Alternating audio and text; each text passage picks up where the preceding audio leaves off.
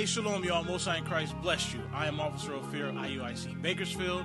We have a school here in Bakersfield, California. So if you're in Bakersfield or Fresno or any city in between, come to our school, visit us, learn who you are, learn your history, know how special you are, and then teach your brothers the same.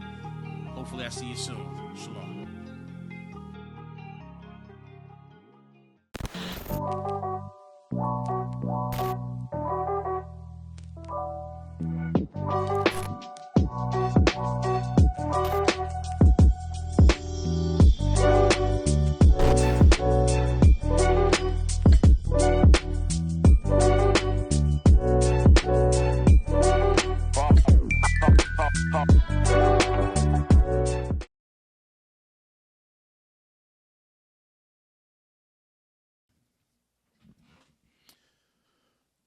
So tonight's class, the title of tonight's class is Longsuffering, Conquering the Spirit of Quitting.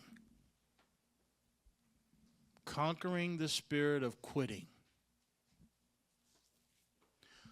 For those of us that's been on diets or multiple diets, why didn't we reach our goal? Simple. It got to a point where we got tired of it. I'm tired of not having desserts or not having carbs or not having meat or whatever diet you started, right? At some point you got to the point you said, okay, you know what? I'm going to give myself a cheat day. And that cheat day end up being, you're still on that cheat day, right? You're still on it. That's why you went to a second diet, right? Last time I did the all fruits and vegetables, no meat diet. This time I'm going to do the keto. Or and then it's the next one after that. Okay, the next one after that I'm going to go to all juice diet. And all of them failed, not because the diet itself was ineffective. It was because it got to a point where your mind said, I've had enough. I want to go get that Popeye's chicken.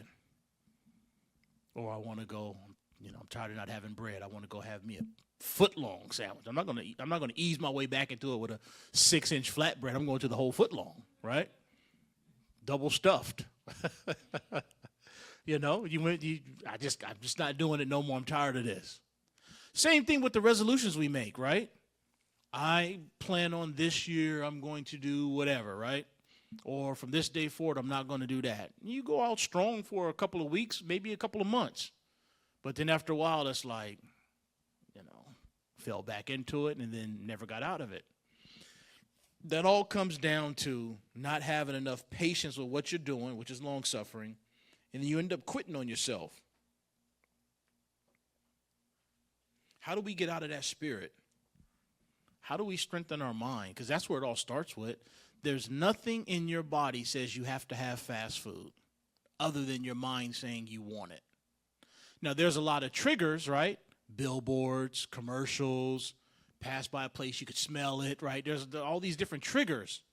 But your mind can say, no, I'm not doing that. I'm sticking to the script. You know how your mind can do that? Because the first day you started your diet, you didn't cheat. What made you do that? Your mind said, today we're starting. But you got weak at some point. So we're going to talk about having patience, and we're going to talk about conquering that spirit of quitting. So what got me into this class today was myself. I was doing a 48-hour water fast, okay? So I didn't eat yesterday, and today I was going to eat. So 48 hours. And today, at my house, everything my wife was doing just got on my nerves. And it was because I was so damn hungry, y'all. I mean, I ain't going to even front. It was so bad. I woke up in the middle of the night, contemplate what I'm going to eat in the morning. Or when I eat, what I'm going to eat. And I started, I'm going to do that. I'm going to make this. And I didn't go back to sleep. I was up since like 2 or 3 this morning thinking of what I'm going to eat the next day. I was that hungry, that delirious. I don't know, for some reason, this 48-hour water fast kicked my butt. I do it once a week, at least once a week. But this one, it was rough. And so I was losing patience and didn't realize it, because you can, snap on people and don't even realize that's what you're doing. And it got to a point where I realized, you know what? I am tripping because I'm so hungry. So, and then I couldn't cook it fast enough, because I wanted to make, I couldn't cook it fast enough. And I had to kind of pull myself to the side, just check myself. Like, hey, you tripping. You know what I mean? You tripping. Those commercials is true. You're not yourself when you're hungry, Like, you really, really tripping. I was losing patience. And then anything, I was ready to snap on anything, and I said, you know what, I need to step back, whatever. So that's why I decided to come up with this class, because you run out of patience. It's not just as simple as running out of patience. You quit. I'm quitting. That's what it is. You lost discipline and you quit. You know what, I can't do this no more. I'm tired of this. So let's open up with that first video, right? I'm going to give there's going to be some motivational videos tonight. They're all shorts. I got about 4 or 5 of them. And we're going to go into these scriptures. So let's start off with this first video, and then we're going to go to, I want Luke 14:28. Why they cue up the first video? Why they cue up the first video? Luke 14:28. You ready? All right, let's do this. So the title of this video is "You Will Not Break Me." All right? So this guy says some heavy stuff. He's a motivational speaker or whatever. And I like this because the reason why we quit is because we something broke us. Whether you pass by something, I got to go get that, I got to eat that, or I got to cheat, I got to have this, whatever it is, something broke us while we didn't complete the task that we set out to do. So this is "You Will Not Break Me." So listen to what he's saying, and let's try to have that spirit going forward after this class tonight. Go ahead and press play. Because I knew that something was wrong with her, so I told my grandma to take her. No, that's not the video. Most kids, they think that their parents... No, that's not the video. Let's go to the scripture while they get that together. Luke 14:28. Come on.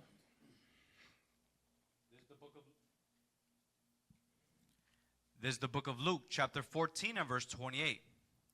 For which of you, intending to build a tower... Now, that building a tower can be anything you say you set your mind that you want to do. I want to diet and exercise, or I want to do this, or I want to stop doing that, whatever it is, right? Or, we use this a lot for when you decide to follow, keeping the commandments and following the Lord the right way for once. But in this particular case, that tower can be any obstacle in your life. For which one of you have an obstacle in your life that you're like, you know what, I'm going to overcome this? Read. Sit it not down first and count it the cost. You got to count the cost. Okay, listen. Now, if I'm going to go on this diet, or if I'm going to quit this, or I got to figure out what is it going to take for me to accomplish this goal. You sit down and you count the cost. And then once you count the cost, you ask yourself, can I do that? All right?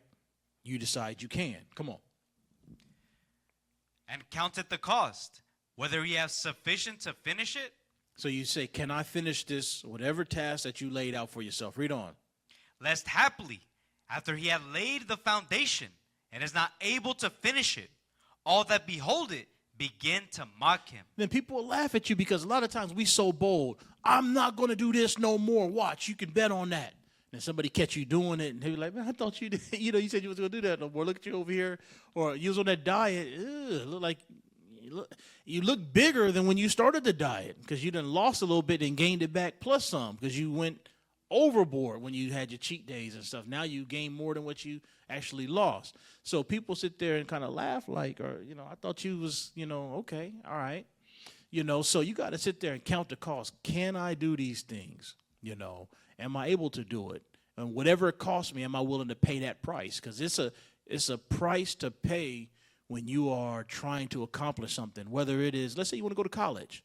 You got to pay that price for 4 years to get that degree. Are you willing to pay that price? See, in high school, you're made to go to school. But when you go to college, if you don't show up that day, don't nobody call you. There's no truancy officer. There's no, it's on you. Have to have the discipline to say, I'm going to that class. I'm going to study. I'm going to do what it takes to pass that class to get your degree. There's a level of discipline that you have to do. So you have to sit down. Can I do that? A lot of us have been to college, but how many of us have, finished the course? A lot less than what enrolled.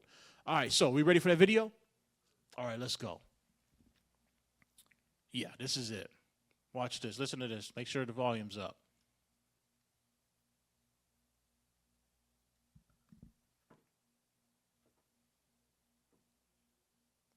Can you just hit F5?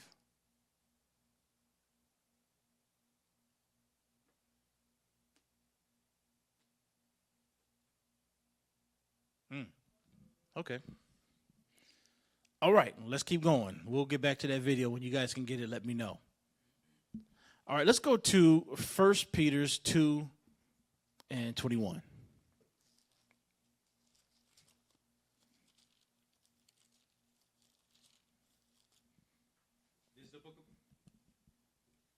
This is the book of 1 Peter, chapter 2 and verse 21.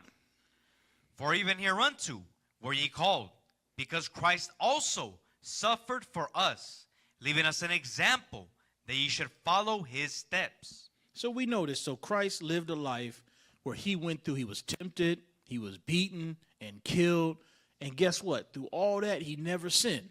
So he's our perfect example. Read on. Who did no sin. Right. He didn't commit no sin to deserve what happened to him. Neither was guile found in his mouth. He wasn't saying, when I come back, I'm killing you. I'm going to get you. He wasn't saying none of that. Read on.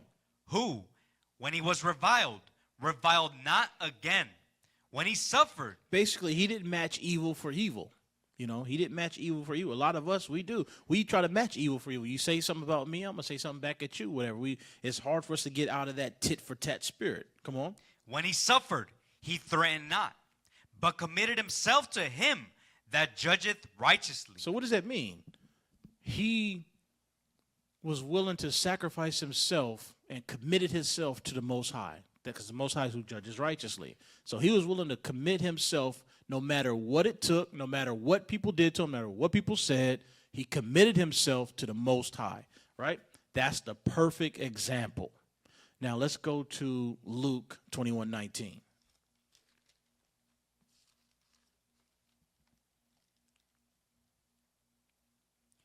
This is the book of Luke, chapter 21. Hold on, let me get there. Okay. And verse 19.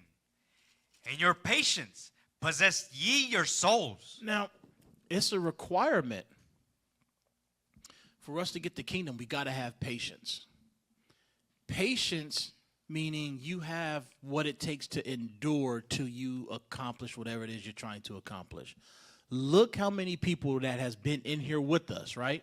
That's no longer here today.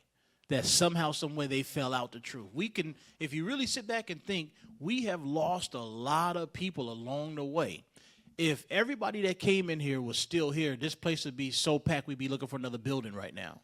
We have lost so many, from families to individuals that was here, that was strong, that was ranked, or, started off strong, whatever. And now you don't ever see them, never hear from them, and they're gone. Why? Because they never had the patience to endure this fight that you're in. What you're in right now, this is a fight. It's only going to get worse. It's only going to be more trials and tribulations along the way. It's only going to be more things that you got to work on. It's never going to end till Christ's return. And when people start getting these real trials, the real tribulations, guess what happened? If they're not disciplined, that spirit of quitting will jump on you or jump on anybody. That's why I led with diets and light things like that. But we never look at it as, I'm a quitter, because I quit all the things I say I'm going to finish. I quit. A lot of people have that spirit of quitting, and when the going gets tough, they look for a way out. They don't want to stand and fight. We're ready? They want to look for a way out. So we got to look at ourselves on the inside. Do I have that spirit of quitting? What's the last thing you started that you actually finished? Right? How many of us have started a book and said, oh, this book is good, but somehow you still didn't finish the book? Right? Little things like that. You start, but you never finish. We got the video now. Let's try it for the third time, tech team. Third time's the charm. Here we go. It's a dog fight. It hadn't been easy. It's a dog fight. The road hadn't been success. Like, it's just a paved road, and like each he go this way. It's been rough. It's been crooked. It's been hard. But I've made up in my mind that I will get a reward for the pain that I go through. I will not stop in the middle of the process. I will not be defeated. I will not be destroyed. I will take everything that happens in my life, and I will allow the pain to push me to greatness. You will not break me. You will not stop me. You will not defeat me. The only way I lose is if I quit. It's going to be a dog fight. You see, wait, cue that back up again. He said, I'm going to let the pain. Can you cue that back up? Because he said so much. I want to play it. It's only a minute. Let's play it one more time. He basically said, I'm going to let the pain that you're going through to accomplish this, I'm going to use that to propel me to get to my goal. Go ahead and play it. Press play. It hadn't been easy. It's a dog fight. The road hadn't been success. Like, it's just a paved road, and like each he go this way. It's been rough. It's been crooked. It's been hard. But I've made up in my mind that I will get a reward for the pain that I go through. I will not stop in the middle of the process. I will not be defeated. I will not be destroyed. I will take everything that happens in my life, and I will allow the pain to push me to greatness. You will not break me. You will not stop me.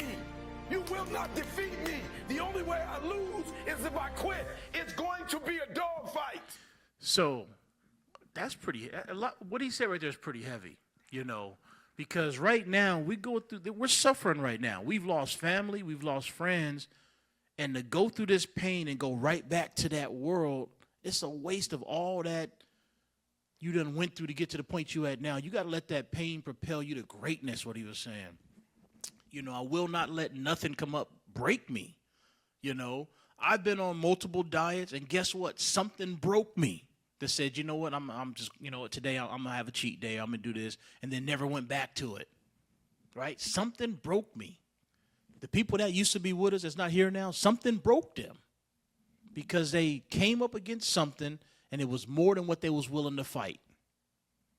But if we are in here now, and you done already let go family, friends. Some have had to even given up children. You done that already.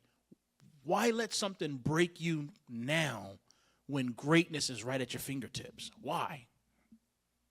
Because we lose patience. So how do we hold on to that patience? How do we keep that patience? Give me Galatians 5:22. We're going to do 25.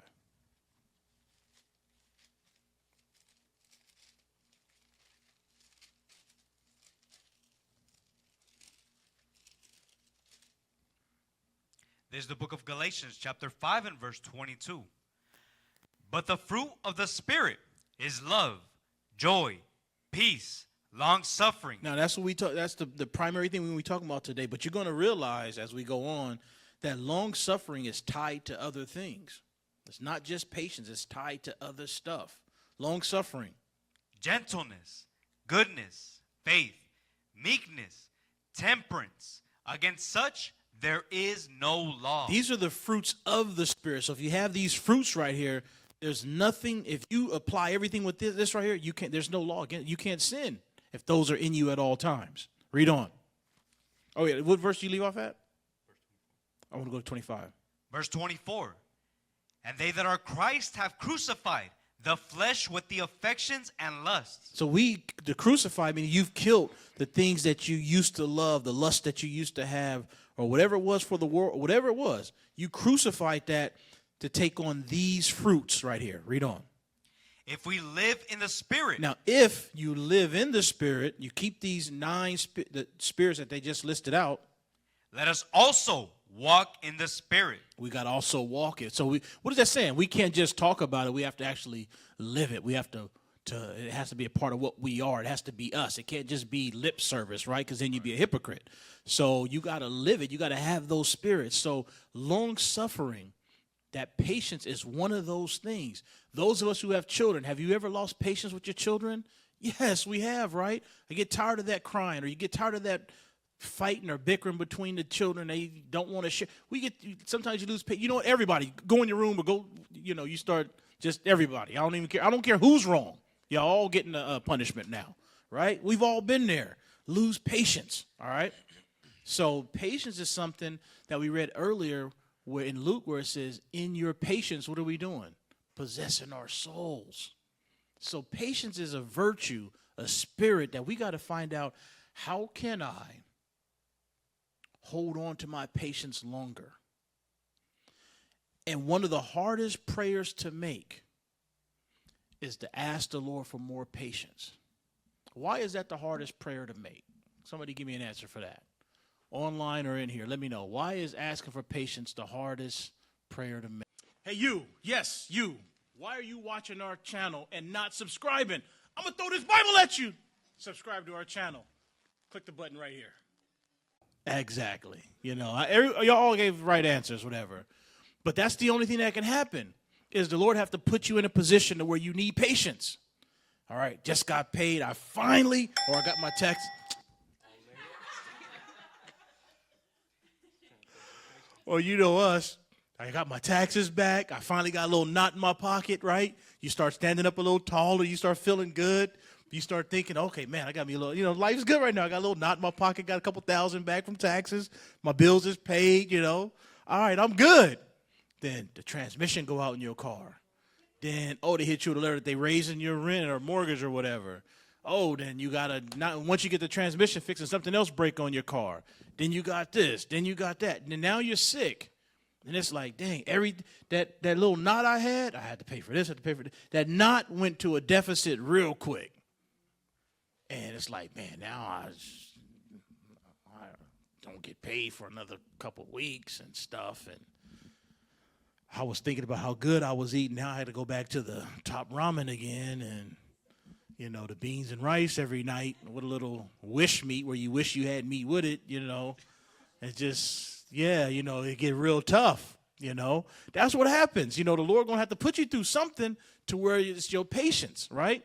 You might have had a cordial relationship with your family. Then you find out that they talking about you and you're in the cult, you this, you that. They saying stuff about you and then they come out. People start asking you and it's like, look, I want to just go ahead and confront them, but you got to have patience. Let it do what it, So the Lord will put things in front of you to where you have to exercise your patience. That's why it's so hard to ask for people who know better. Like people who are new. Oh, yeah, I'm praying for patience. Yeah.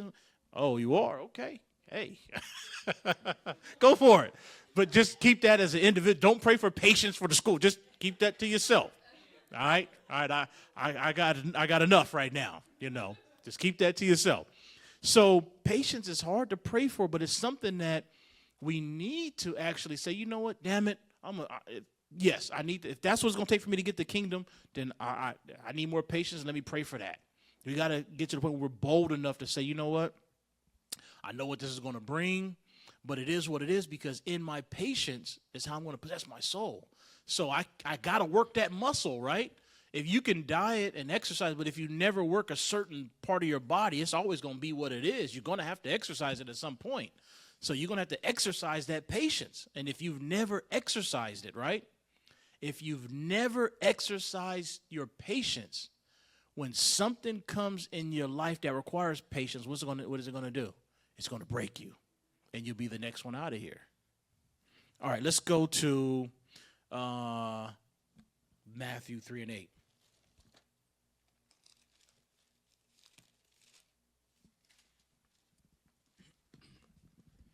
This is the book of Matthew, chapter 3 and verse 8. Bring forth, therefore, fruits, meet for repentance. So in that fruits there, you talk about the fruits of the Spirit, right? But that fruits is the acts that you're doing that show that you've actually repented, right? Maybe you used to smoke. Well, I don't smoke no more, right? That's a fruit meet for forgiveness.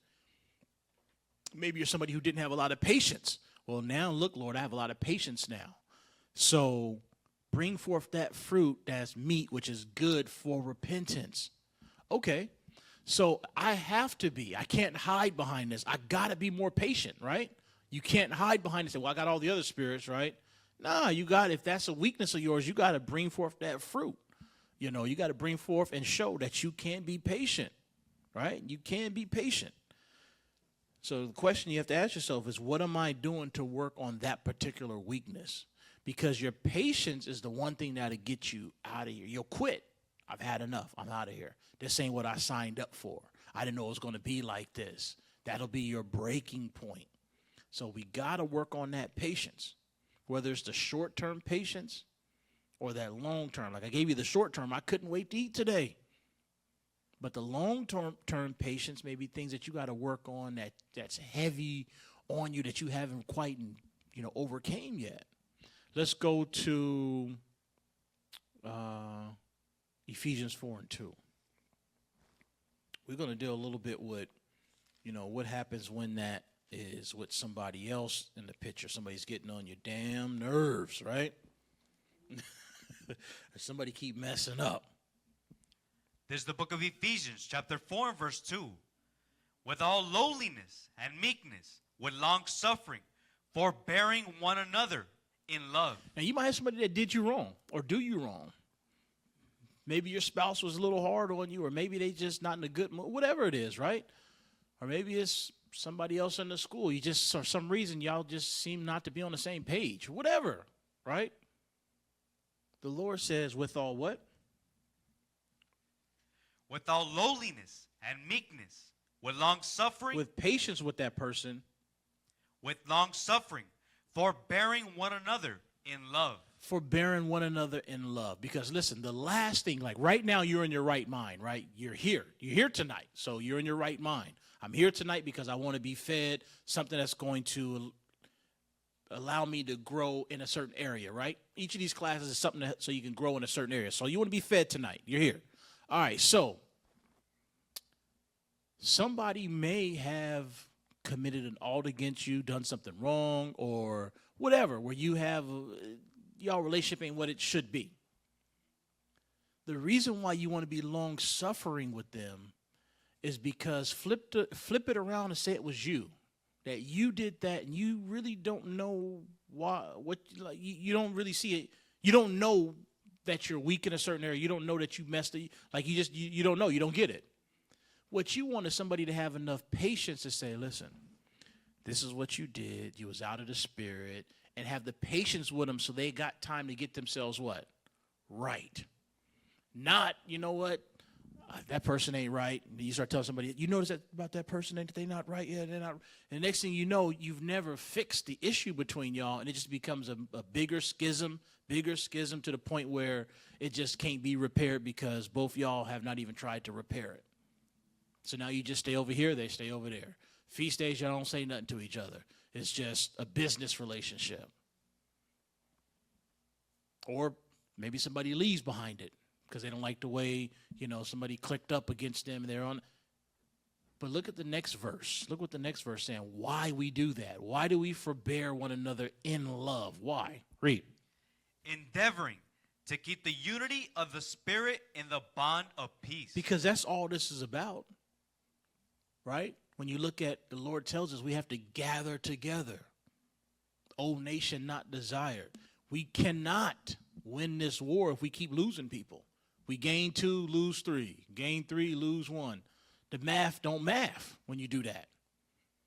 At some point, you got to, in the past, it would just be like, I just won't talk to that person no more. That doesn't work. You got to endeavor to keep the unity, forbearing one another in love. What does that come down to? Having patience. Sometimes you got to be the one to build the bridge. You can't always sit there and say, well, you did wrong, so I'm waiting for you to get it right. I'm waiting on you. No. This person may be the one that's wrong, but I may have to be the one to go to him and say, well, how can we fix this, man? Like, things ain't, like, we don't talk like we used to. Things ain't quite right or whatever, Like, let me talk to you one-on-one. Like, let's go have lunch tomorrow. Let's talk and let's see if we can build something here. You might be the one that have to do that. You might be the one that's right, done wrong. You might have been the one that's done wrong. But you might have to be the bigger person, right? That's the one thing is sometimes it's hard for us, but if you have the necessary patience, you can do that. All right, let's go to, let's get the next video. I like this one right here. Let's get the next video. And this is going on about quitting. About quitting. Then we're going to go to 2nd Ezra. You're 14. not in competition with anybody but yourself. A lot of people can give up. It's easy to give up. It's the easiest thing in the world to do. I'm done. I ain't going. Oh, yeah. I ain't gonna keep going. Yeah, I don't feel like going to work. I'm done. Yeah, man. It's easy. It's very easy. But what's hard is going, yo, yesterday I got nothing from working as hard as I could. Nothing happened from that. I'm gonna do the same thing again today, but I'm gonna try to go harder. That's the hardest thing in the world. To get up every day and give 100% and be in the same position that you were each day, but mentally know that you're trying and trying and trying. That's a real grind. You're not. And that's, what he's saying. And I'm speaking a lot about dieting and stuff like that because myself and a lot of the men here is doing that right now. And one of the hardest things, I look back at like why I failed at diets and stuff in the past is you cut out the fast food. You let go of the sodas. Do you know how disheartening it is to eat less than what you've always ate and maybe worked out, and then you wake up tomorrow, the next day, and weigh yourself, and you weighed more than yesterday? After everything I did, normally I would have ate fast food 2 or 3 times. One day, breakfast, lunch, dinner, right? Now I'm eating grilled chicken and salads and stuff with a healthy salad dressing or with vinaigrette or something. And it's like, man, this ain't, I would put the croutons and the cheese in there normally, but now it's just the salad. So I did all that, and then I weighed myself, and how did I weigh more today than I did yesterday? Like that math it ain't mathing, right? So you do that, and it's like, the hell with it. I'm just going to go to Cane's.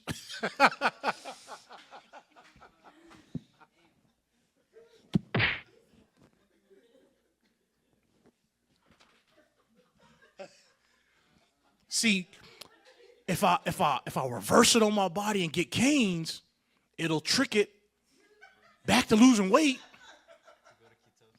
to go back into and in your mind, because you're ready to quit, be like, yeah, that's a good ass plan right there. Like, yeah, that'll work. Yeah, I'm gonna do that. Yeah, and then I'm not just gonna go. I'm gonna get the Caniac combo. You know what I mean? I'm going all the way with it.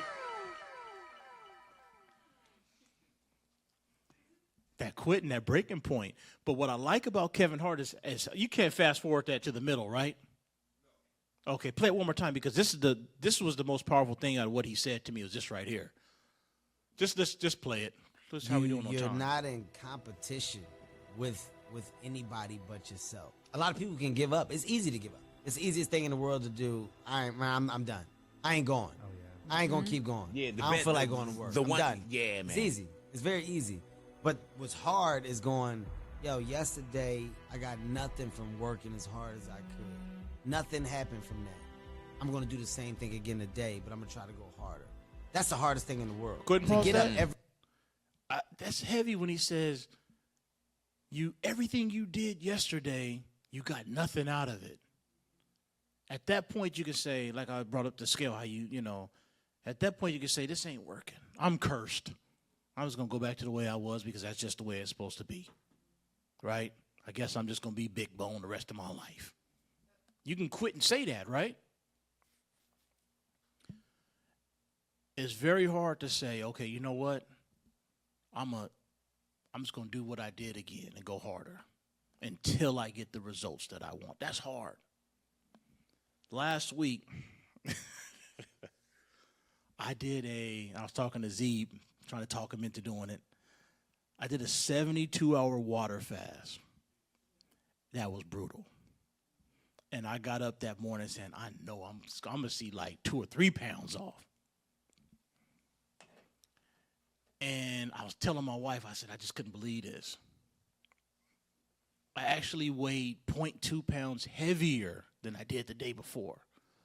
And I said, what the? Now, I mean, in my mind, right? How was that? I said, I did drink a lot of water, but damn. That was disheartening. All right?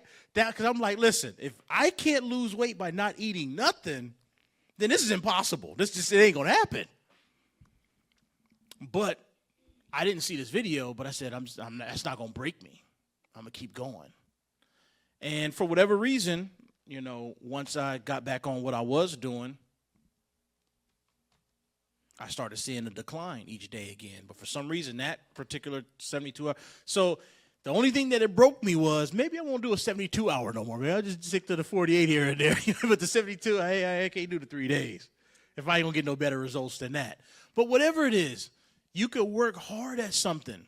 And because you don't see the results that you think you should see right then and there, don't let that break you and say, well, I'm just going to stop. It ain't working. No, keep doing it. Find a way to work harder so that you're going to force those results to come.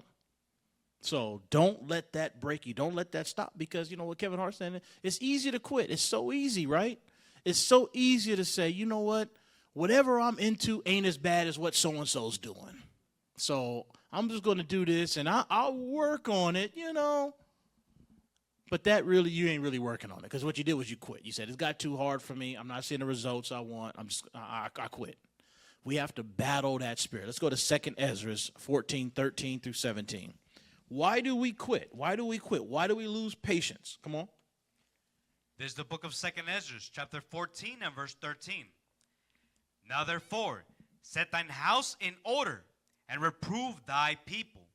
Comfort such of them as be in trouble, and I'll renounce corruption. So that's setting your house in order. You know what that is? That's getting your mind right along with, your internal house, which is your body, plus the house that you live in.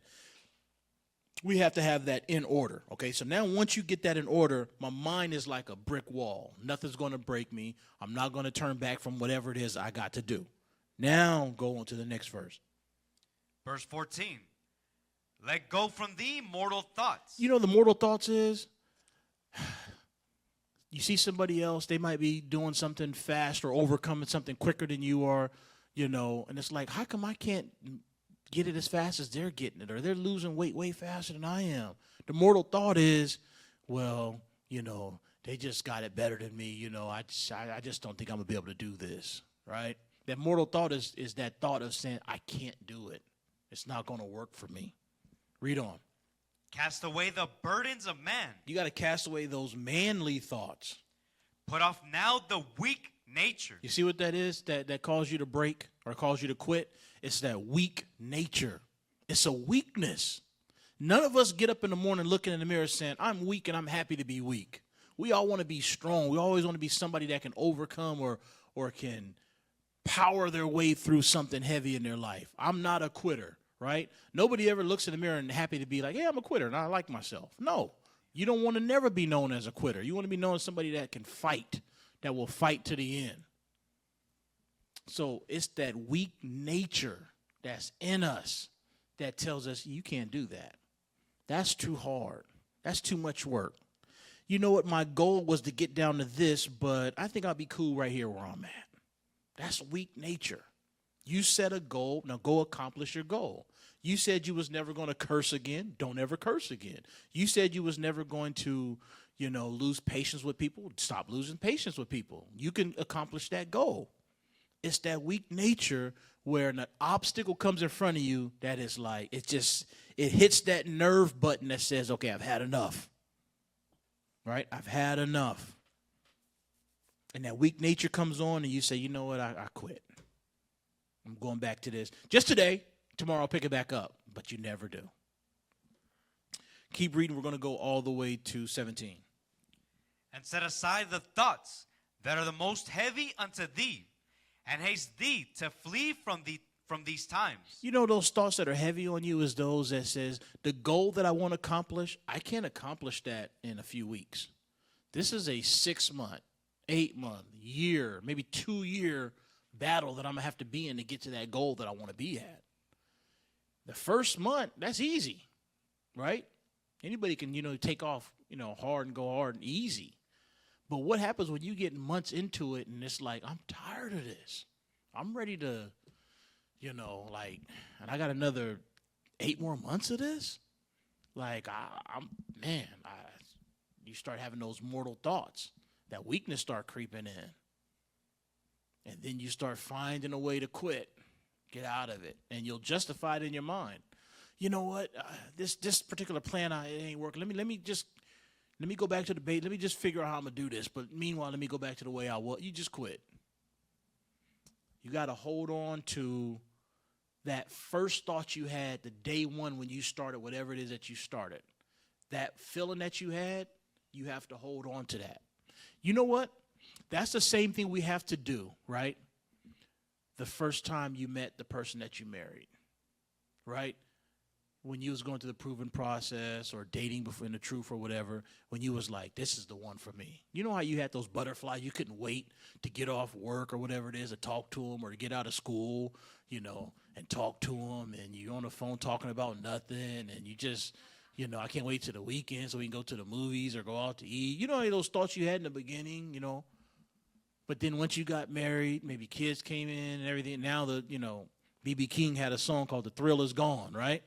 Now the thrill is gone. It's like nothing, you know, they just like regular there, you know. They just you look at them when they get on your nerves sometime, right? You still here? Damn, I thought you'd been gone by now. We have to find a way to hold on to that butterfly feeling you had, right, when you first met them. You know, because that's still there. That's still that same person that you fell in love with, right? We have to hold on to that same feeling you had in the beginning and apply that today. That's the same way it is with whatever it is that you set forth to do. When you first started, day one is easy, right? Because you're fully motivated, you're fully into it, nothing's going to stop me. But then you get to day 99, it's like, well, something can't stop me. Me. So you have to find a way to get that same feeling you had on day one for day 99. That's the challenge. How do you do that? How do you keep that same fervent, you know, spirit that you had when you started, whatever it is you wanted to start, whatever your goal was? How do you transfer that over? That's something that you have to figure out. I got to keep that same passion. You know how what I do to keep that same passion is I think about why I'm doing it. Why am I doing this? Right? That's one. The other thing is how good I feel about myself when I accomplish it, right? How good are you going to feel about yourself when you accomplish that goal? Why are you doing it? So it becomes so much harder to quit when you're like, no, I see the end. I see what the end's going to be. I want that end. I'm going to fight for that end. I'm going to get that end because that end, I'm going to feel so good about myself that it's going to be like putting on a new person. I'm going to be a new person. I'm going to be free from whatever was holding me back. So, yes, day 99 may suck, but you know what doesn't suck? My future, because I'm not going to stop. I'm going to overcome this weak nature that may be on me to try to pull me out of what I'm doing. No, I ain't going to let it. Nothing's going to break me like the first video. Nothing will break me. What verse do we leave off on? 16. Let's go to 17. Let's keep reading all the way through. Verse 16. For yet greater evils than those which thou hast seen happen shall be done hereafter. You know what? Whatever you accomplish so far, right, with your patience, guess what? Some greater things are going to happen to you, worse than that you're going to have even more patience to overcome. So don't think, okay, I overcame this right here, so I'm good now. No, this was just to build you up, to exercise that patience, right, for the next battle. Okay, so now the next battle come. I'm glad I went through that because now I understand, okay, I understand how patience works. I'm not going to get my answer overnight. It's going to take some time. I got to work through this. Okay, all right. Because I went through that other trial, I know this isn't going to be fun. It's not going to be easy, but I know I can overcome it. Why? Because I've overcome all the other obstacles by exercising my patience. All right. For look, how much the world shall be weaker through age, so much the more shall... Just like we are individually, we're weaker now than what our forefathers was, right? We're lucky to get to 70, 80 years old, you know? Our forefathers lived way longer than that. Read on. So much the more shall evils increase upon them that dwell therein. That's it on that? I'm on the wrong verse. Okay, no, that's cool. All right, let's go to, let's skip that. Let's go to 2 Corinthians 12.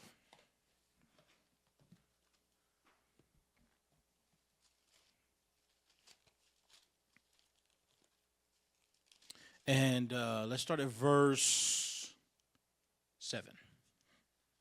This is the book of 2 Corinthians, chapter 12 and verse 7. And we're going to go all the way to 9. And lest I should be exalted above measure through the abundance of the revelations, there was given to him a thorn in the flesh. It was given to me. Excuse me. There was given to me a thorn in the flesh. So Paul had something that was bugging the hell out of him.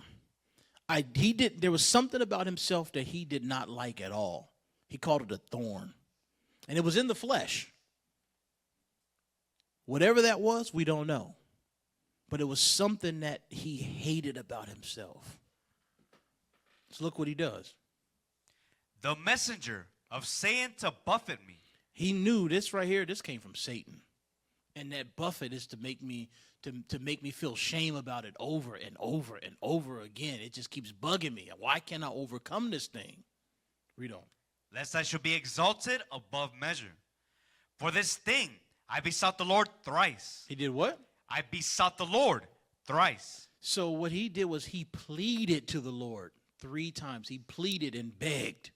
That it might depart from me. Take this from me, Lord, because if you take this from me, I can do more work for you. I can go a lot harder for you. Just take this thing from me, please. And Read he on. said unto me, my grace is sufficient for thee, for my strength is made perfect in weakness. The Lord said, no.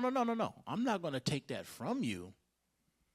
I'm just going to show you that the strength that I have, I'm going to put on you, is going to allow you, it's going to be made perfect in your weakness. I'm not taking that weakness away from you. Because you're going to see that weakness that you have ain't going to stop you. It's not going to break you. And you're going to know the only way that you overcome that is through my strength. Read on. Most gladly, therefore. So now Paul understands, okay, so most gladly, Therefore, will I rather glory in my infirmities? Why would he glory in his infirmities? Because he knew in his infirmities, he got to witness the power of God in him. Because ordinarily I would have fell out, I'd have quit, I'd have gave up on this. But because I have his strength on me, this is bothering me, yes, but I'm overcoming it though. Read on. That the power of Christ may rest upon me. So in my weaknesses, I can see the Christ is on me even more. That's why he gloried in that. So what is this saying? This is saying you might have somebody of you might be somebody of low patience. And we're just dealing with patience tonight, but it could be a lot of other stuff.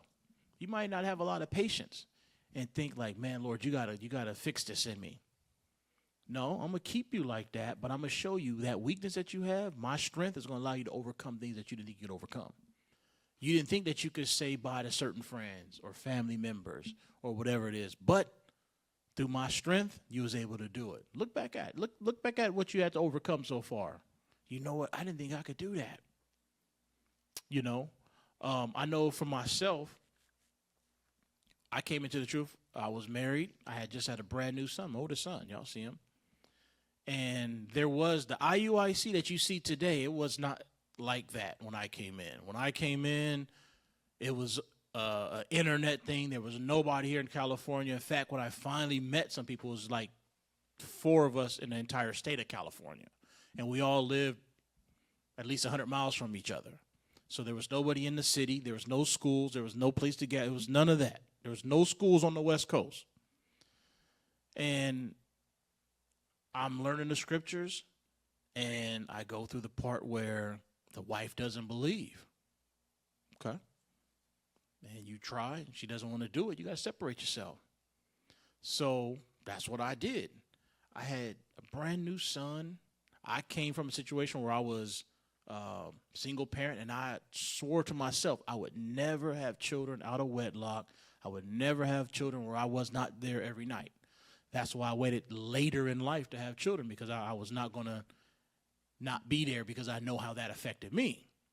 So now I'm faced with leaving a brand new baby boy and my ex-wife, and I had to do that with zero support system. There was no officer I could go to, a captain to guide me through it. I just had to do it completely off of faith. And I did it. Now, looking back at that for myself right now, I'm like, how did I do that? Like, there was so many opportunities that I could have quit. It took me 2 years going back and forth to court fighting with her. And I never stopped. I never was like, You don't want to keep the commandments. It is what it is. So I look back at that, the patience I had to have as somebody, and keep in mind, I didn't know a single, I couldn't, if somebody asked me a scripture, I'd have to point them to a video. I was that new. And I didn't have no tutelage where somebody could guide me step by. I was on my own. I mean, yes, not on my own. In a way, yes, I was on my own, but not. I was a part of IUIC, but there just was no support system locally. Everything was by a phone call or email. You know, it just wasn't what it is today. I went through that. And I look back and was like, how the hell did I do that? You know the attachment you have to your first child, and he's a boy if you're a man? Family, break up a family, and everybody's telling you you're crazy. What are you doing? You're in a cult. Because at that time, nobody really never knew what no Israelite was here. So this is like, man, you off the deep end. Like, you need to go get psychiatric evaluation. Like, you lost it. That's what I was getting here. And I didn't know enough to even defend myself. But guess what? The Lord's strength was made perfect, what? In my weakness. I look back and I don't know how I did that. So yes, the Lord's strength, when you go through that, you say, you know, that's nothing but the Lord. It was nothing but the Lord. Let's go to, where do we leave off at? Did we finish verse 9? Okay, let's go to Ecclesiastes 9.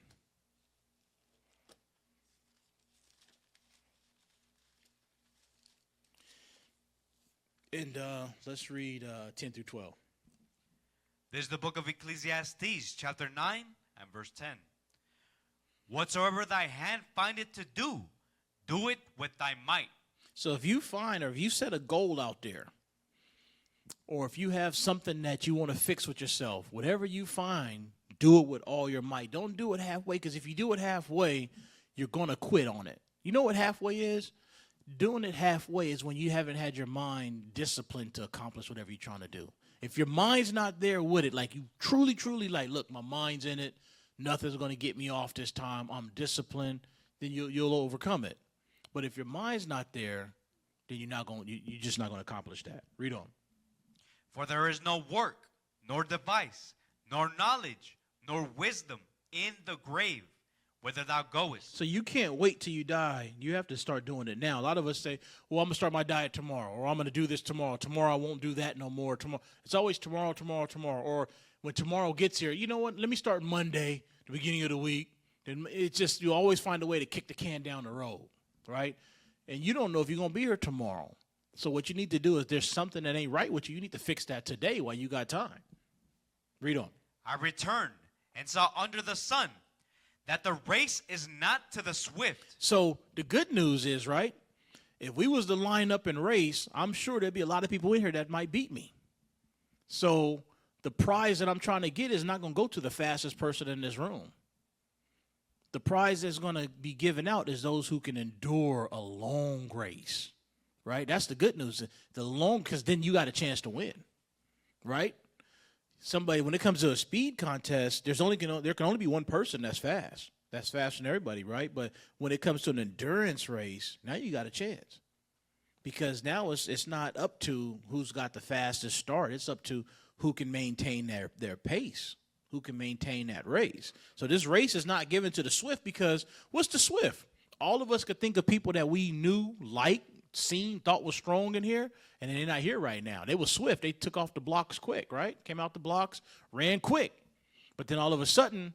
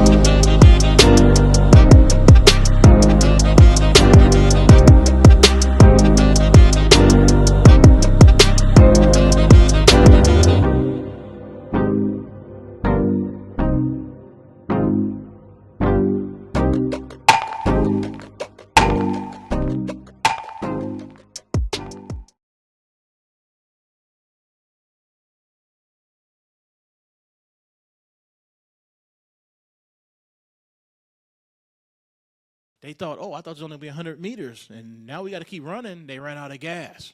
That's why they're not here no more. So this race is not given to the swift. Read on.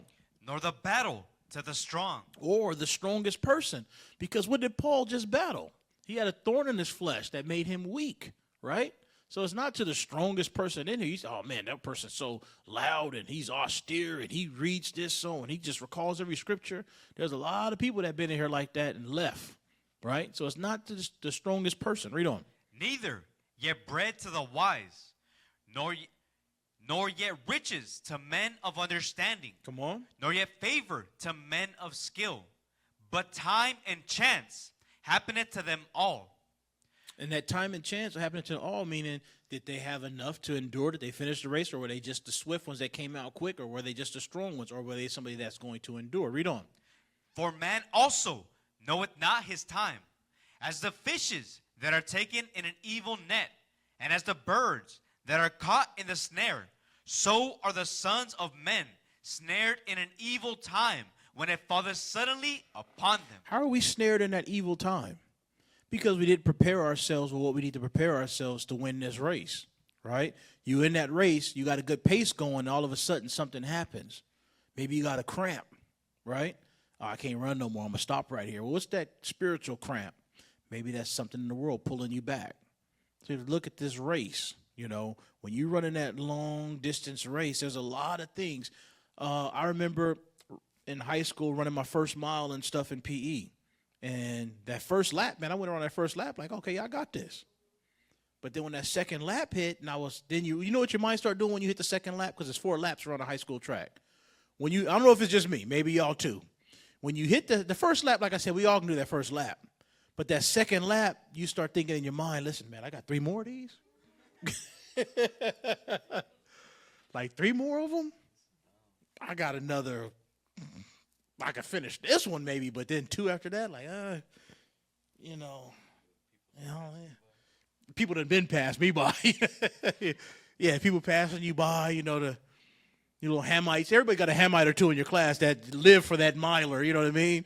And they take off like it's nothing. So, damn Hamite, Yeah, Petros. There's somebody like Petros or something like that, his name. Damn, he done got me. Okay, cool. The African got me, but it's always somebody in your class where he's like, I know I'm faster than him. And then he passed you by. It's like, okay, damn, okay, wait a minute now. And then, it's the ultimate sign of like, okay, listen, I'm just going to walk it when you start getting passed by the girls. I mean, that's just, okay, now the girls is getting me. Okay, all right, shh. All right, let me just go ahead and I'm just going to go and mail this in, I forgot my damn point. Why y'all let me get off track? Y'all got to endure is what I'm saying. You got to endure. This race is not given to the swift.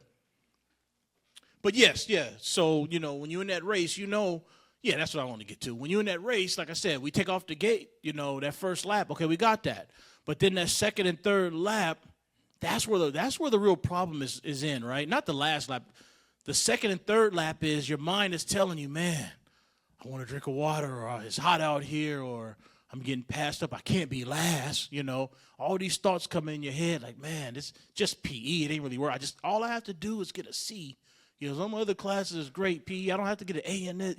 You start thinking of everything, right? And those of you, whenever you completed that first mile, you got through lap 2, you got through lap 3. And the reason why lap 4 is not a problem because, I just got to finish and I'm done, right? You're hoping for the bell to ring, but it ain't going to ring. So you got to, So, and then you in that last lap and you see everybody sitting in the center of the track, sitting down, laying down that finished it. You're like, damn, they drinking water and stuff. So you just like, okay, look, I just got to finish this last lap. And you finish it. And then once you're done, you're like, man, once you finish that first mile, you realize, hey, I can do this. Like, I don't want to do it again, but I can, And that's the same way it is with this that we're in. After every trial you go through, it's like, man, that took a certain level of patience or discipline. It was hard. But once you get through that, you're like, you forget the pain that you actually went through to accomplish that. Like, I've never been difficult, but, it wasn't that bad when you look at it at the end. That's the way this is going to be in this truth, too, if you exercise the right muscles to accomplish what you're trying to accomplish. All right, let's go to Sirach 20 and 30. Sirach 20 and 30.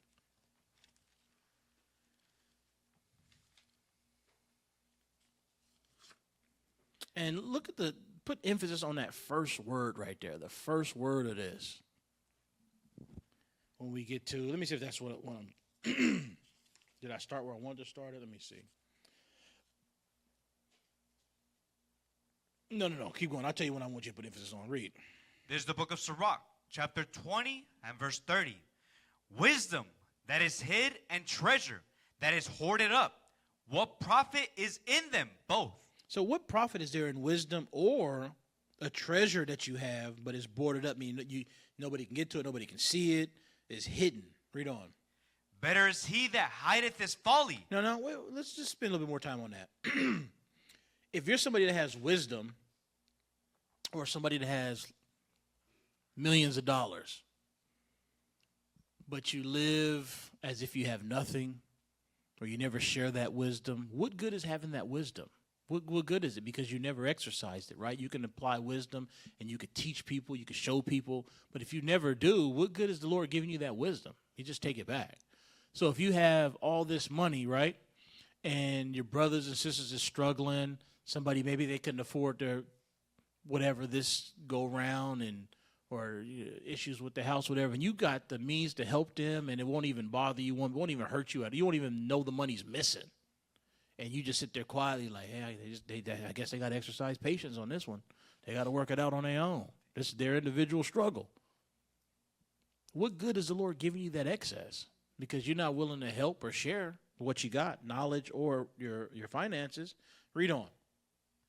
Better is he. Now, the Lord is saying, better is he that hideth his folly. You know, somebody that is in sin, but they don't let you know. Like, for instance, I remember when I used to be in a wicked Christian church, as soon as church would let out, I would see certain people run outside and smoke cigarettes. And I'm like, well, what, okay. Or somebody that you didn't know and you go in their car, people from the church or whatever, and it's like, man, they got cigarettes in their car, so they must smoke or but they tried to hide it. The Lord is saying, better is that person that's hiding their folly, their sins, their wickedness. Read on. Than a man that hideth his wisdom. Than somebody who hide their wisdom. The Lord said, I'll have more mercy on that person that's a sinner, that's trying to at least hide it, than the person that has wisdom and refuses to share or exercise or use it. All right, read on. Necessary. That's the word I want you to put on there. Necessary. Necessary what? Patience. Patience is necessary. For everything you're doing in life, you have to have a level of patience. The Lord is saying patience is necessary. So necessary patience, In seeking the Lord is better than he that leadeth his life without a guide. So that necessary patience in seeking the Lord, what is that? Well, we started off with Luke 14:28, right? Counting the cost. If you're going to do something, can I, you laid out all the things. What will it take for me to accomplish this? Can I do it? You say, yes, I can. Well, guess what you do? You go to the Lord with that. Lord, I'm trying to accomplish this. This is not something that can be fixed tonight or tomorrow. This is something that's going to be a long race. This is an endurance race. So, Lord, I'm coming to you, asking you to help me accomplish this goal, to give me the strength to overcome this. Well, whatever that is, guess what the Lord's going to say? You're going to need a level of patience. I'm going to have to work your patience a little bit because patience is going to be necessary for you to overcome this. That's the thing that we overlook. We overlook the amount of patience we got to have to overcome anything. Nothing, if you notice, nothing's going to come to us overnight. Everything's a struggle. Those who was with us in the beginning when we was meeting in conference, remember, well, actually it was meeting in an officer's house, right? We were so happy. Remember when we left his house to the conference room? Man, we were so happy. We got a conference room. We doing it now. We got a projector. We got a screen. We got this. We got that. We started feeling good. We had a conference room.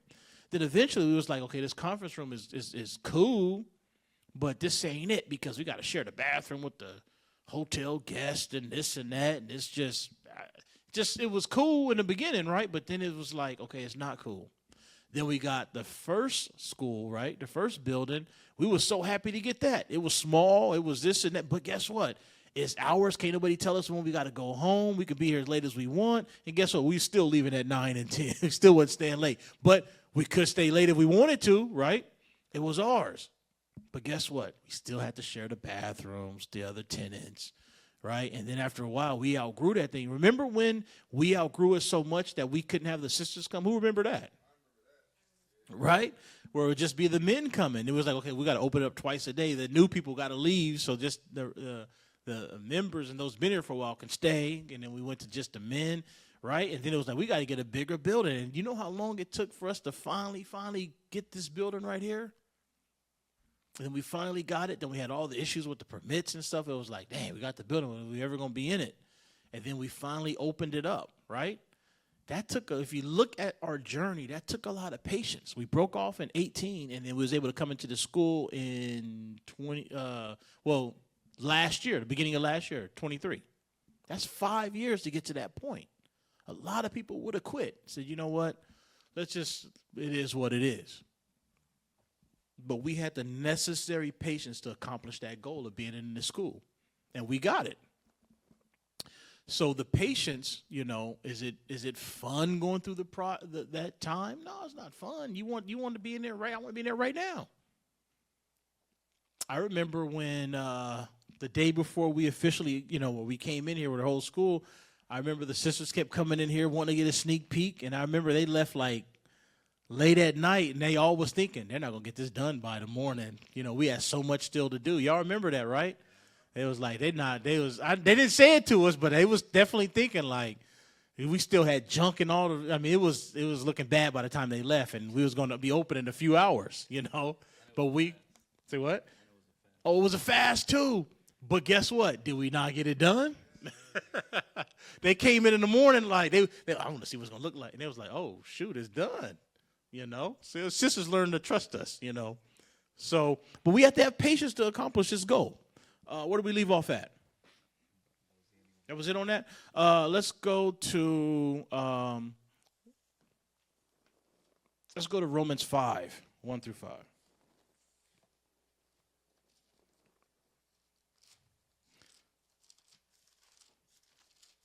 And then get that next video queued up and ready.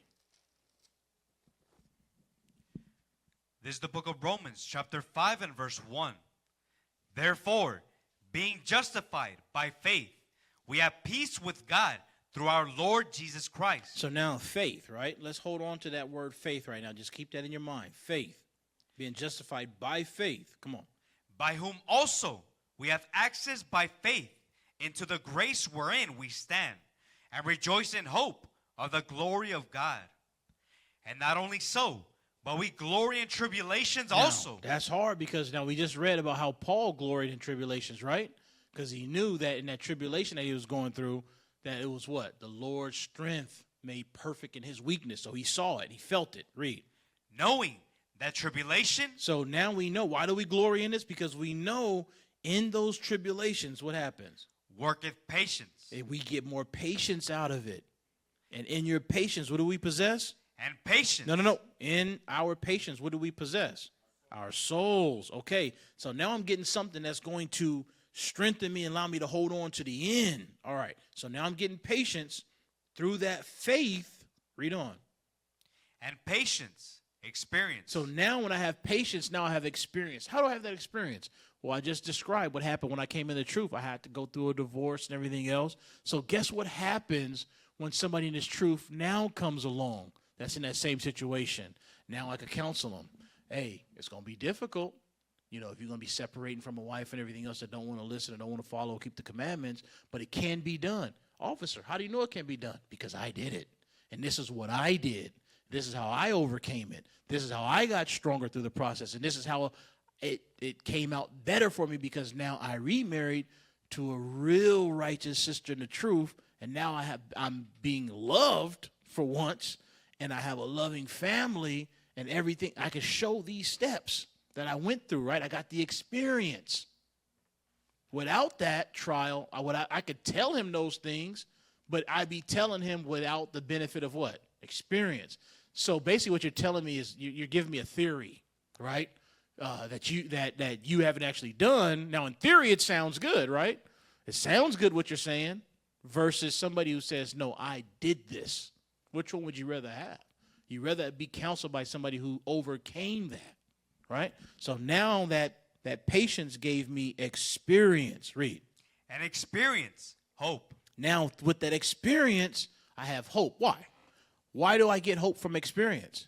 Well, because there was a major obstacle in front of me, right?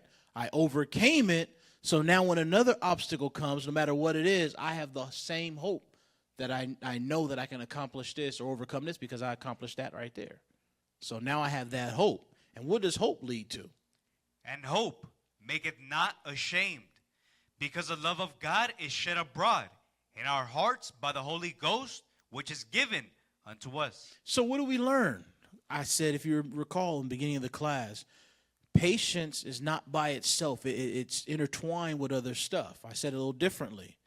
Well, guess what? Why do we break or fall or quit certain things that we start? Because we lost faith. So for you to have patience, you gotta have faith.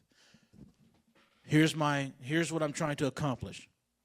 This is going to take me, say you want to be a realtor, and you found out for be a realtor is an 8-month course, 9-month course. Well, you get halfway in there, and it's like, well, I got this going on, I got that going on. I might just have to quit this and then pick it back up later. No, I'm not going to. I'm going to keep going with this until I pass, right? Why am I not going to quit when I get halfway there? Because I have hope that once I'm done, I'll be able to do this, that, and the third, and I'll be able to do all the things I envision myself doing with that license that I'm going to gain, right? Guess what? It's going to allow me to finish when I'm only halfway through with the course. Faith. So I have what? Patience. I have faith and hope of this goal at the end right here. That's what's going to allow me to keep going when everything in my mind, those weak thoughts come in, to quit because other stuff or this or that. No, it's not going to even sway me because why? I have faith that I can do this. I'm hoping. And I have the experience that came with my what? Patience. So I know I can do this, right? All right, so patience is not, you don't just get patience. There's byproducts that come with it. Faith and hope and experience. Let's play that video. This is patience right here. I seen this. Watch this.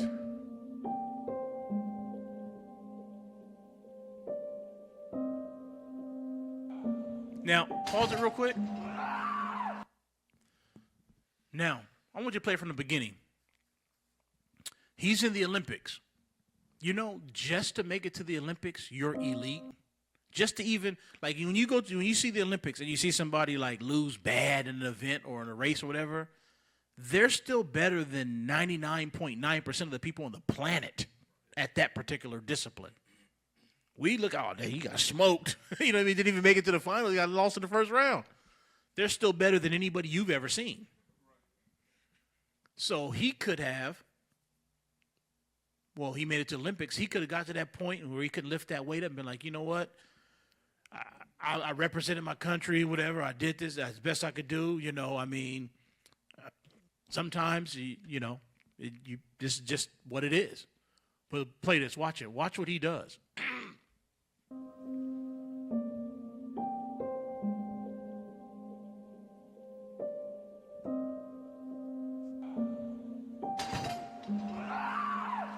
That's how frustrated he is. That particular weight, he never got up. Look at him. At this point, pause it. At that point, it's real easy to do what at that point? I tried my best, right? I've done everything I could do. I can easily quit right here. But he says, no, I'm not doing that. Let it play.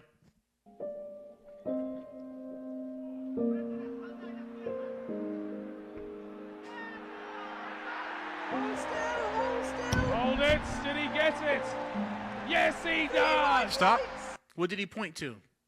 Meaning I never stopped believing in myself. Nothing was going to break me. Nothing was going to stop me. I'm getting that weight up. Whatever it takes, I'm not stopping. And because of that, he got the silver medal. Let it play.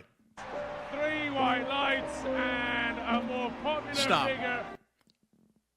He was holding back tears. You see that? You know why? Because before he got that weight up, what was already in his mind? The latter end. I'm going to get this. I know how great it's going to feel when I accomplish this. I know when I finish this right here, it's going to be worth every day. I had to discipline my diet. I had to go to the gym. I had to not hang out with family and friends. I was focused on this particular thing. It's going to make all those sacrifices so worth it and so sweet. The heartbreak of him not getting it up, thinking like, man, that's why he was crying like, man, I'm not going to die. No, I'm not quitting. I'm going to get it up. I got another try. That's why he was in tears, because there was so many points where he could have quit and gave up. But he said, no, I'm fighting against that spirit to quit, and I'm going to keep fighting. Let it play.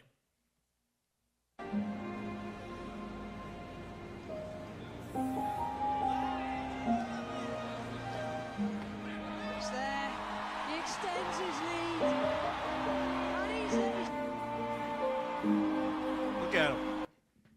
Now, that's going to be you when you accomplish whatever you set out to accomplish. That's going to be you when you endure this race and make it to the kingdom. At that point, you don't give a damn what gate you go through. You know, oh, I'm Naphtali? Okay, dang. Cool. All praise, right? And you like, what's my symbol for Naphtali? Oh, okay, yeah. That's the best symbol there is. You just learned about it. All right? You don't give a damn because you endured that race. You made it to the end. There was points, but what happened with him? There was points all along the way where he could have quit. And nobody could say nothing like, hey, man, that's some heavy weight right there. Like nobody else like in the world can do that. Only a handful of people. No, I'm not quitting. Let it play.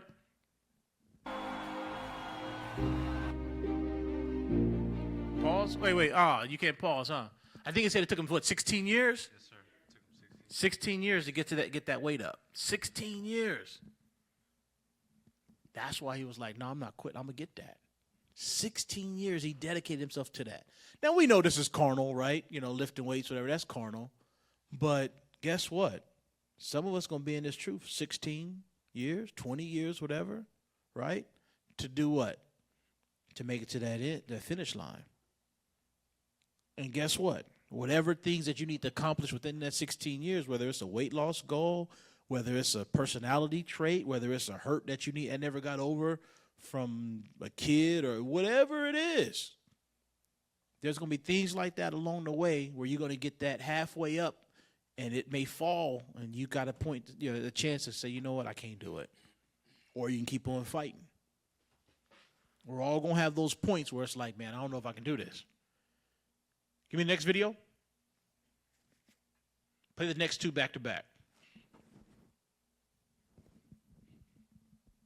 Watch this. Lay hold of it. You lay hold of it. And when that thing tells you to quit, you look at it in his eye and say, I ain't going nowhere. I will break you before you break me. You will not defeat me. You will not destroy me. Some of you are so ignorant. You've been through so much hell. You gonna quit now? You should have quit 10 years ago when you got raped.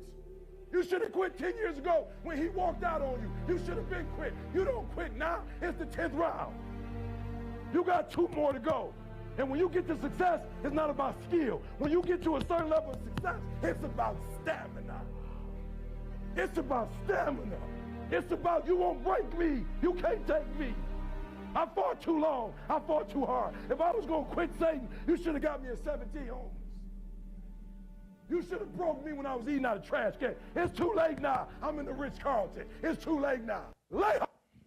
That's the spirit. You got to have that. You got to have that. There's plenty of times if I quit now, life wouldn't even be worth living. I done gave up a marriage, a newborn child that I didn't know custody-wise how I would be able to see him, whatever. I done lost family. I done lost friends. I done lost everybody in my life that I thought loved me. behind this. If I quit now, man, it's not even worth living at that point. If I quit now, you'll be able to. You guys have the same story. If you quit now, what the hell was all that sacrifice for? I got to make it to the end. I can't give up now. And guess what? I don't care who it is or what it was. They're not going to break me. You're not going to break me. The only person that can break me is me, and I won't let myself break myself. I'm not going to break. You're not going to break me. I don't care what I have to sacrifice, what I have to lose. It is what it is. That's the mindset you got to have with whatever goals you got in front of you. It can't break you. All the pain you went through. If you was going to quit, why last this long? You should have quit 5 years ago, 10 years ago, 2 years ago, 1 year ago, whenever you came into truth. You should have quit then. Why go through all this and then quit at the end like this right here? Next video.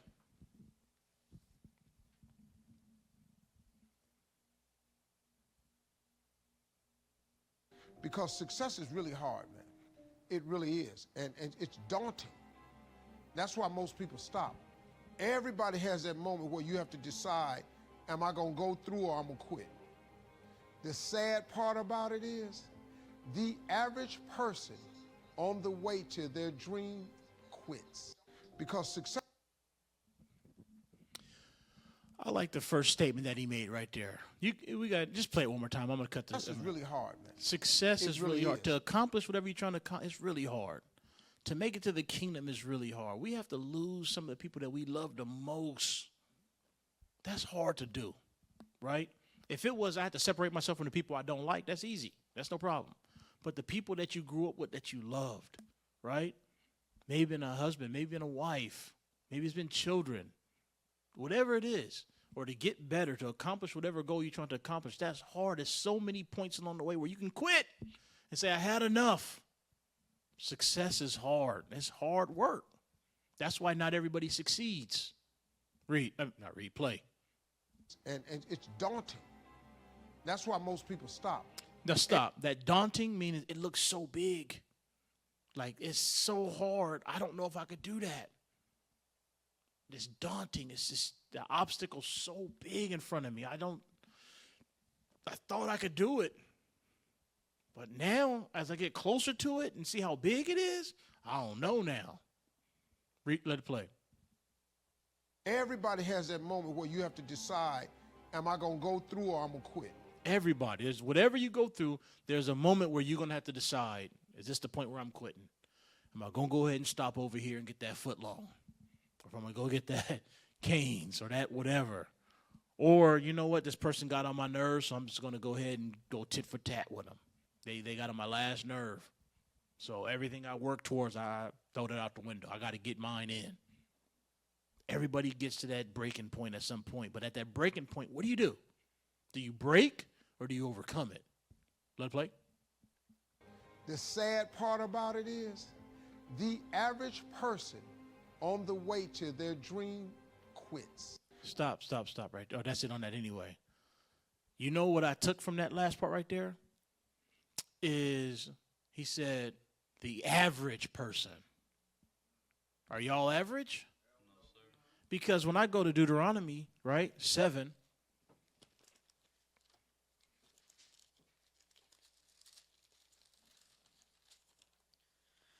you know what I want, go ahead. This is the book of Deuteronomy, chapter 7 and verse 6. For thou art an holy people unto the Lord thy God. The Lord thy God hath chosen thee to be a special people unto himself, above all people that are upon the face of the earth. So that kills that average right there. The Lord said we're supposed to be above all people on the face of the earth. Average people quit. I'm not average. I'm above average. I'm great. Not only am I great, I'm special. The Lord handpicked me. He gave me everything necessary to where nothing has to break me. Nothing. There's nothing on this planet that can break me, because before it can break me, it's got to go through God. And if it get through God, it's got to go through Jesus. So there's nothing that can go through them. So there's nothing that can happen on this planet that can break me or break my spirit or break me from whatever I'm trying to accomplish. I'm not average. Read. The Lord did not set his love upon you, nor choose you, because you were more in number than any people, for you were the fewest of all people. But because Now, here's what I love about this. Now, you stop there. Here's what I love about it. Is the reason why I know nothing can break me is because nothing can break God, right? And God chose me out of love, not because he had to. What happens with something you love? You protect that with what? With everything you got. When you love something, none of us who have children is going to let our children walk in the parking lot with cars driving by. You're going to grab that hand, and you'll notice yourself when you park your car and you go to the grocery store, how you get in between every car, let your children on the side of you. You don't let your children go in front like this. No, you look, we good. And then when you see a car coming, you walk with them on the side of you like, okay, they got to hit me before they get to you. That's the same thing Christ is doing with us. So there's nothing that can break him and nothing that can break you. You know when you get broke? When you lose faith and you got no hope and you lose patience because it didn't happen as fast as you want it to happen. Give me Joshua 1:8.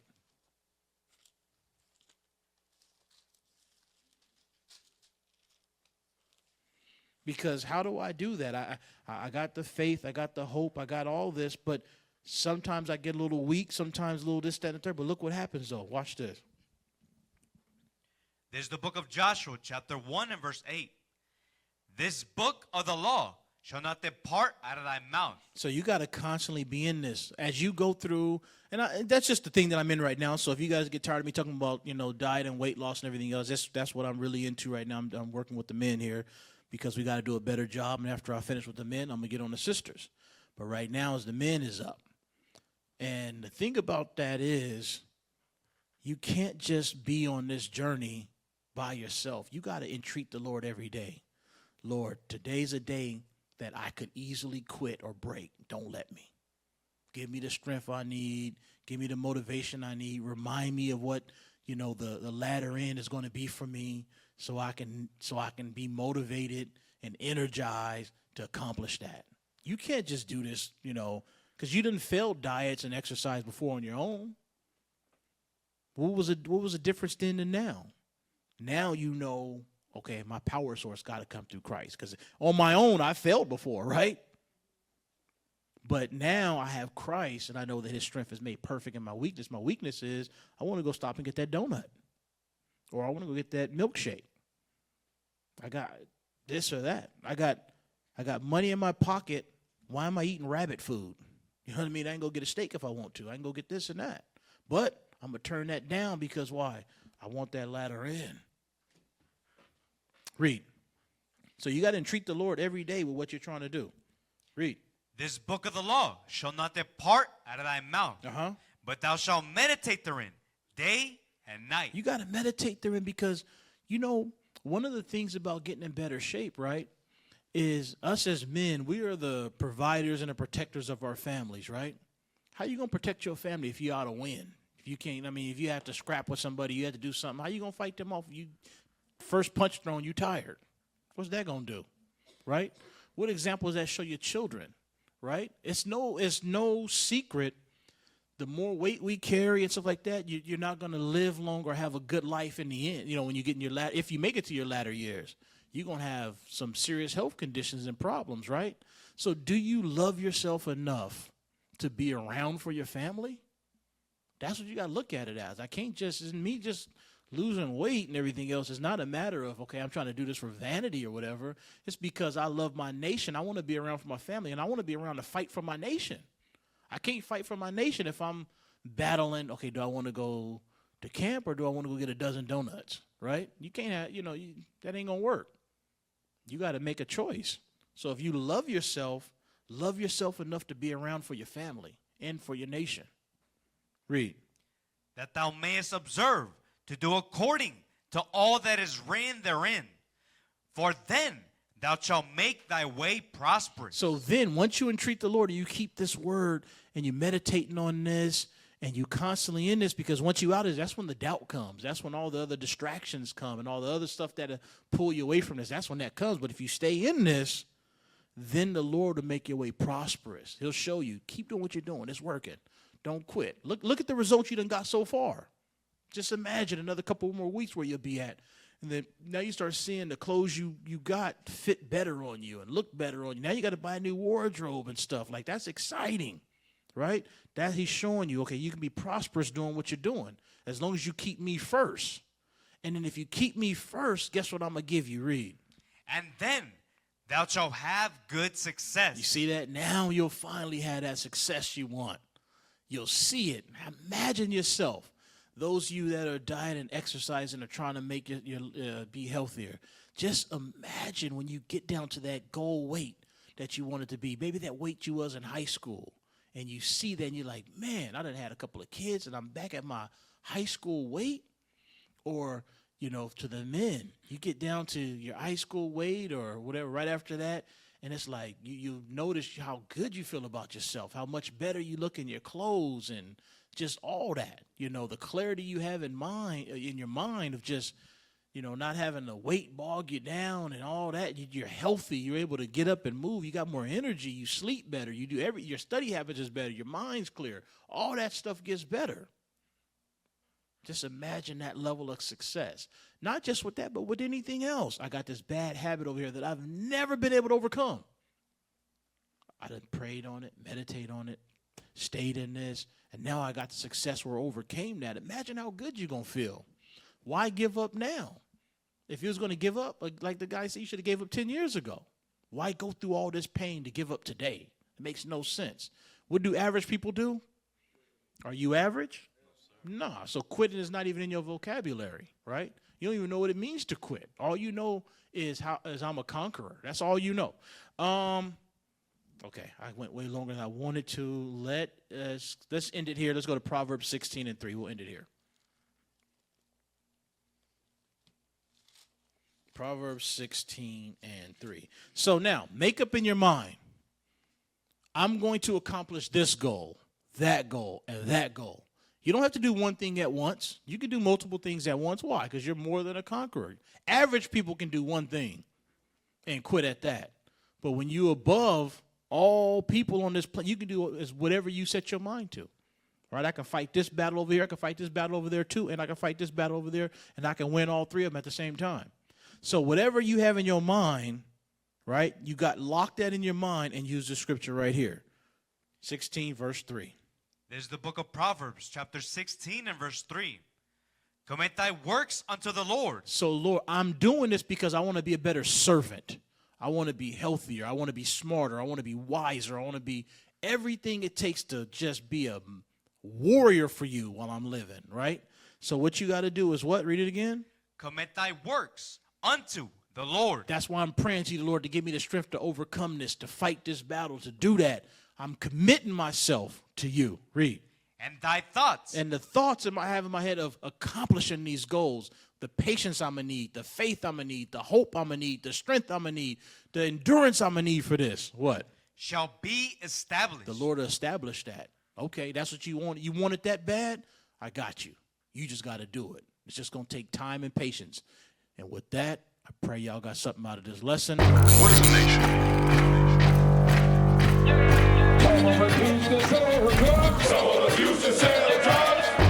Nation is men leading by example.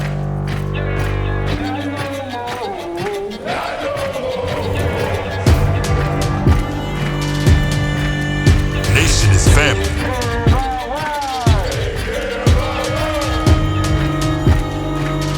Nation is community.